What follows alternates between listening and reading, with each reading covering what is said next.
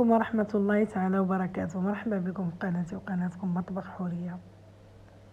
اليوم ان شاء الله غنوجد معكم عصير ديال الجزر بجوج حامضات، كيجي اكثر من رائع، كيعطينا لتر ونص حتى لجوج لتر.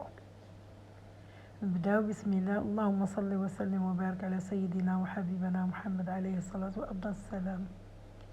عندي في الطنجرة، يعني طنجرة الضغط، درت انا نص كيلو ديال الجزر او الخيزو، كتنقيوه بطبيعة الحال وتنظفوه وتغسلوه، كديروه في طنجرة الضغط، وكنزيد عليه انا جوج حامضات من بعد ما غسلتهم ونقيتهم مزيان، حيدت لهم العظم وحيدت لهم داك العرق الابيض اللي لداخل الخيوط، زدت عليه مترو د الماء وواحد الكازيه سنيده ودرتو كيطيب. من بعد جات بنتي حتى برد، زادت له فاني واي نوع ديال الياغورت ديروه. حنا درنا ديال المونغ، ديروا ديال الخوخ، ديروا ديال الفريز، ديروا ديال الفاني، كاملين هادو كيتواتاو مع هاد العصير، كيجي غزال اقتصادي وكيعطي كميه مزيانه وكيبرد العطش وخفيف على الجيب وخفيف على القلب وكيبرد وبرد يا عطشان.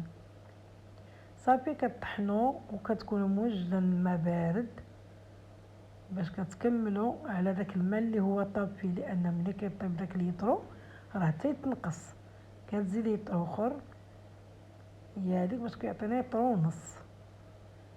راه ملي كيطيب وكيتبخر كيبقى فيه عنصر ديال الماء. ممكن طحنوه حتى مع الحليب وتزيدوا معاه البنان، تزيدوا معاه التفاح، تخليوه غير هكاك كيجي ما نقول لكمش. المهم هو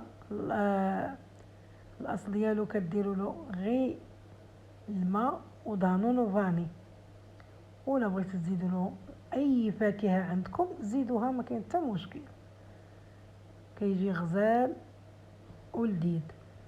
صافي هنا طحناتو مزيان، ولكن في الاخر تقلبوا هانتوما ما خزلنا عليكم والو. بنتي حداقت بزاف حتى قلباتو. المهم تيعطي لتر ونص. نتوما قلت لكم طحنوه وتزيدوا له اللي بغيتو، اي فاكهه كانت عندكم زيدوها. هذا هو العصير ديالنا، كيجي غزال خفيف ولذيذ بزاف ومنعش. نتمنى يعجبكم وتجربوه ان شاء الله، غادي يعجبكم ان شاء الله. بزاف د الناس اللي شربوه عندي وعجبهم، كيجي زوين بزاف. ها نتوما هي كتخوي في الكيسان.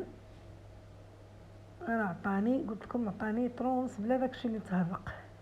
شكرا لكم، شكرا على الدعم ديالكم، ونتلاقاو في فيديو جاي بحول الله. مع السلامه.